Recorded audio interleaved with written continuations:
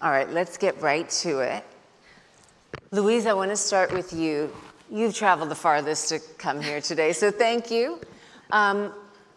Your origin story, the Cacao Project, began in the aftermath of a typhoon that struck your community in the Philippines in 2016.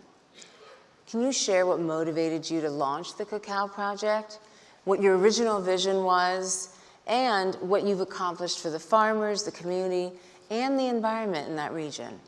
Thanks so much, Padma, and absolutely. Interestingly enough, I began my career really, really early, at the age of 12, after I was a finalist on a TV reality show. And that launched me into the world's earliest culinary career. And it brought me to the advocacy of farm-to-table food, really highlighting what goes on beyond the table, what goes on beyond the food that we're enjoying on our plates, and the people and the faces behind them. But the fact is, the Philippines is one of the most vulnerable regions to hazards brought about by climate change. And my life changed when Super Typhoon Nokten impacted my community and destroyed 80% of agricultural land. And this meant that moms and farmers and grandmas would have a hard time putting their kids through school. They'd lose their income. And so I started the Cacao Project as this initiative to rethink food systems. Because for as long as farmers are operating in a system that is constantly battering against them, they're going to be surviving instead of living. So the Cacao Project establishes these agroforests and diversifies these farms to maximize their land stewardship and teaches farmers how to build their own enterprises. That way they take control of the food system and they have full access to the whole supply chain. So our project has worked with over 200 farmers. We've planted over 150,000 trees, and farmers are able to continue putting their kids through school, build resilience, be stewards to our landscapes, and do more than just survive every year, but really take control of their lives and hopefully reform the way we approach food systems as a whole. It's incredible what you've managed to achieve. Thank you so much. Gita, I want to come to you. Your visit today is motivated by the launch of a new CGI commitment to action you're announcing. Why don't you share with us the story of how COVID-19 impacted the growth of vegetable gardens in rural India, and also how that led to a plan for economic empowerment through neighborhood farming there. Thank you. Yes, so I think a lot of people here know that during COVID, a lot of low-skilled laborers came back to their villages in India by the millions. But in the villages, there were no jobs and there were no resources to really get enough food and enough live a good life. So we started with 6,000 women, these vegetable farms. And that turned out to be so successful in helping people get nutritious food for their families on the table, but also be able to sell the excess and so have some money. So this was so successful that now the number has grown to nearly 9,000. But then the women were super enthusiastic, because it's not just about money and about food, but it's about coming together. So social capital and bringing people together is one big thing we believe in and we do. So now our commitment here is that we are going to connect all these women to urban markets so that they can sell their additional produce for much better money. So this is our commitment, but we are also going to help them to learn financial literacy, to learn packaging, marketing, branding of their organic produce. But then, as Reverend Barbara said, that when babies are coming down the river, you should also look upstream. So we look upstream. And we think that the issue is that we measure too much in money. Right? So we have three types of capital: social, financial, and ecological. And the world is mostly focused on financial capital, and we challenge that. So we try to build social capital in our communities, and we also have a community currency for social good, where you help your village or your community, you earn this, it goes into your app, and you spend it on your own education, healthcare, and upskilling and microcredit. So that's our commitment. So Nona, like Gita, you're also an architect, and you've looked at the often overlooked potential of urban infrastructure, as a resource to both feed and employ urban communities. Could you share that story of vertical harvest with us? It is very impressive. I went online, and it looks beautiful, first of all. So please tell us what that's about. Well, thank you, Padma. And thank you for inviting me to this table with these amazing and inspiring figures. Like Gita, we talked about this earlier. I believe that architecture is a powerful and transformative vehicle for change. And I've rooted my career in that the buildings and systems that make up the fabric of our societies can and need to be designed to address 21st century challenges, and all members of 21st century society, especially those on the margins. This is a long-held belief for me. I am a sister of a brother with disabilities. And as a daughter of first-generation Lebanese immigrants, I know my parents came to this country to give us both the best of what it could offer. And I think I was an advocate before I even understood what the word meant, because I knew that the systems, the social structures in our society were not designed to support him the way they were designed to support me. Not everyone had a seat at the table. So as we're having this national and global conversation about infrastructure, my work has always been focused on how can we reconsider infrastructure to better serve our cities and to design systems that amplify and facilitate human connection. Because we all know, sitting in this room, that sustainable and connected communities are successful ones. And Reverend Barber, I would also like him on my morning routine. So at Vertical Harvest, we fervently believe that food is the strongest connection to human and environmental health. Yesterday, I heard it be said over and over, to well-being. And the way we currently grow and distribute food is neither stable nor resilient. We all struggled with that over the last 3 years, but especially for vulnerable populations. And make no mistake, food will be the defining issue of the 21st century. Yep. States and cities across the globe are recognizing that we need to shake things up, we need to do things differently.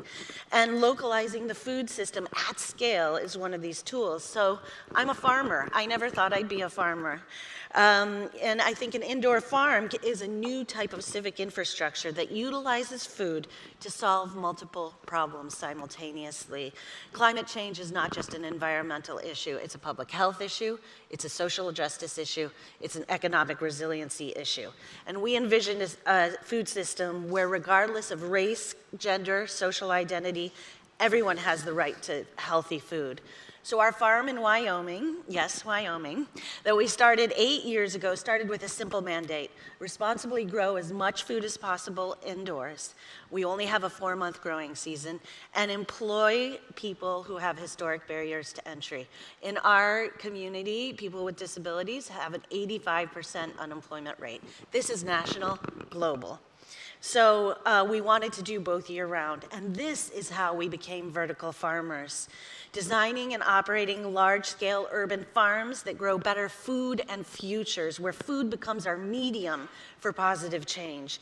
And we've seen that we can build a national network of hyper-local urban farms, where the farm is conceived as an essential part of the community, growing over 2 million pounds of produce, where it is kept within a 150-mile radius, and 40% of our farmers have some sort of intellectual or physical disability. We are all neurodiverse, but we have to set the table to be able to enable people to be able to access new industries and new ways of problem solving. So our farmers have been our leaders and our community builders of tomorrow as we expand across the country, and we are expanding. We have a new farm that is outside of Portland, Maine, Detroit, Cleveland, multiple other municipalities. So that is how I got to food. It's exciting and inspiring. Louise, as you grapple with the growing impact of climate change and extreme weather, which, the Philippines will always be susceptible to, what practices and growing strategies, say, have you learned in working with your local farmers? And how did you persuade the farmers to trust you? Right, yeah. Yeah, I mean, you seem almost like a teenager, so I'm very fresh out of impressed being a by you. teenager. But how did you get them to come on board also? Definitely. So addressing the first question, Padma, the fact is food systems account for nearly 30% of global greenhouse gas emissions. And it's also the industry that's most easily transitioned to be a solution to climate change. But because farmers are smallholders and at the lead, you can't really teach a farmer living on day-to-day subsistence to be climate smart or an environmentalist until you change the system surrounding them. And the fact is, sustainable farming has been something that has existed for centuries already. People have done this. 50 years ago, food was just food, and farming was just farming. And when did that change? As you mentioned, it kind of changed when our end goal in food systems was to move into trade. So the end goal of food systems is just to trade globally. But now we're rethinking that and looking at the way we're farming. And that means really marrying all of this old knowledge and wisdom that our communities could teach us with the new knowledge and know-how that we have of regenerative agriculture and food systems, and making sure that it's accessible to farmers, that it's easier. Through their livelihoods, they're actually helping the environment, and it's the more profitable option, that it incentivizes them to be environmentalists as they're working. So things like, of course, planting according to season, no-till, agroforestry, creating these economic forest ecosystems that provide more services to the farmers, whether that's windbreakers and typhoons, whether that's day-to-day subsistence food, or even a whole livelihood. Just really practical, easy, scalable solutions that they can understand. And the fact is, many of our farmers have been teaching me crazy stories of planting rocks under root crops or whistling for wind, and even planting according to lunar cycles that have proven effective and have helped us build resilience, because it's returning to a system of how we best understood our landscapes. And how did I get them to trust me? I was 18 when I started this, so I was a teenager. Yeah. But fact is, when I was a chef and doing all this culinary, I was buying from these farmers. They were aunties and grandmas and people I loved. And then they were kind of like, why is this little girl suddenly interested in farming? So when we tried to scale it, and I said, just trust me for a second, like listen to me and give it a go, they were becoming profitable. Many of the farmers before coming here were at a trade fair telling me how they just bought like a flat screen TV or got laser eye surgery from their income of producing chocolates, which is incredible. And it's like an actual case study of these anecdotal information of how it's effective. And other farmers were like, hang on, I want to do that too. And because it was just this case study of what was effective and what worked for them in a way they best understood and made sense, people started understanding what our mission was and getting on board with it.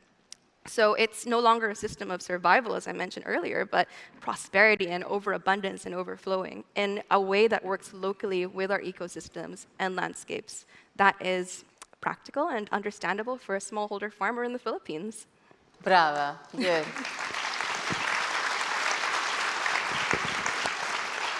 And Gita, the project you're announcing today is born out of your organization's work, linking women to both economic and social empowerment. And as we know, when we empower women, we empower the whole community. Exactly. So would you share, please, the details of that work and how we can apply it to other communities around the world? Thank you, thank you. Yes, so we strongly believe that people who are closest to the problems are also closest to solutions. So all our projects have to be pro-women, pro-poor, pro-environment, and people design the projects. So our community currency is called SOCs, or Social Capital Credits, a little bit inspired by carbon credits, but better. And so we hold Socratic dialogues where women and their families come together. They design the SOC earning and redeeming menus, and then put a SOC value on each, and then they begin to transact. There's also P2P transactions, so people can transact services without money. But the magic actually comes when people really take charge of their own projects. Our technology, we call it persuasive technology for behavior change, and the behavior change in women is so heartening. Before they were like, looking down with their big veil on the head, and then they become in charge, which is really fabulous. So we really do that. And also we have a program called the Cascade of Upskilling, because you cannot upskill so many people, you have to upskill, right, in farming. And so what we do is, for example, in rice farming, rice paddies are the biggest, one of the biggest polluters, Yeah. right, methane gas. So we teach a new system, which is the system of rice intensification. We taught it to 500 women. And they are teaching it to 1,000, who are teaching it to 2,000. So it's like a cascade. So we crowdsource upskilling. Everybody who's teaching then is earning social capital credits, which they can use for their own healthcare, education, upskilling, and microcredit. And then people take charge of the project. So we are simply facilitators. You're just seeding it, and then Exactly, they take it over. and then it grows. So now our projects have, we call ourselves Asia Initiatives, but we are in Ghana, Kenya, Taiwan, and United States. So it's a hyper-local, you use the word hyper-local, yes. It's a hyper-local community currency because people design it. And they design it to suit whatever is needed. It seems like the tentacles are very far-reaching. Exactly, yes. Great. And Nona, I want to point out that your company is a for-profit undertaking, and it's also a means to impact social goals. And I want you to talk about that, because the ways in which you're able to utilize vertical harvest business model and yet meet the standards of the communities in which you're located is very interesting to me. So what are the financial challenges that such an investment entails? Because it's pretty remarkable. It's a great example also to other corporations. Well, there are many. As I can imagine. And I wake up every morning saying, well, we just have to keep going, right? And I think that it's really understanding the why of your existence as a business, and building a business. So our colleagues and competitors in the controlled environment agriculture space, right? They've used technology to compete with big ag. And we're not out there, we're never gonna replace big ag. It's just the way we have too many people, as you said, 9 billion people. So how can we create tools that supplement this? And hyperlocal is the way we've chosen to do that, right? We're looking at local solutions to global problems, and how do we scale that? But we're farmers first, right? Why should vertical farming, why should indoor farming mean something to you, your family, your neighborhood, your city, right? And when you invest in what people care about, that's when I think profitability is possible, but that's also the trick, because when you care, people think you're not driving profitability. Right. So I think, we're in a little bit of the Wild West of this kind of catalytic investment, but, we have designed a farm that is smarter, more environmentally sound, and more equitable way to produce food. And I think it's in that intersection, we talked about intersection, that it will be profitable. We've created a beautiful new civic building, right, that's in the heart of the city, that's valued in a community like a public library or a community center. We value and we nurture these institutions because they mean something to us. So we look at the community as a customer. It's not only about selling to the retail, it's about our anchored institutions that make communities thrive. Our hospitals, our school systems, our nursing homes, our governmental institution. Everybody deserves healthy food. And there's something about our employment model that really means something to people. We've reconnected the farm in an urban center to a farmer, and we've exposed ability, right? We've shown that if you give people a chance, they will lead. And so people come to Vertical Harvest because of our story, but they come back because of the deliciousness of our product. And I think this is how you build a business. And the impact on our community has been profound. People who were washing hotel rooms and cleaning hotel rooms and washing dishes, we all have to start somewhere. The difference is they didn't have access to a career, what means something to you and I, what makes our communities run. And now they're applying to hospital boards, representing DEI in affordable housing, wanting to be part of the DEI local town commission. This was never happening before we gave them an opportunity for employment. I think it's very much in the context of what Reverend Barber set up for us today. So, and that trickles down to investors. We took a group of investors to a grocery store, and the produce manager said to us, when we run out of vertical harvest produce, people are visibly angry. You could raise the prices and nobody would blink. And the investors are like, how much did you pay him to say that? Right? And I think that, that is what you can do. I mean, there are many challenges, but when you create a business that is there for a really authentic, palpable community building reason, well, then you have an opportunity to drive real change. Impressive. Thank you. Now, we don't have that much time, but I have one last question that's kind of a lightning round for all of you. So please, all of you, answer this, just whatever comes to your mind quickly. What do you envision as the future growth of your work? And what are the next goals you want to conquer? And hopefully all of us are listening so we can help you in whatever way possible. Let's start with you, Louise.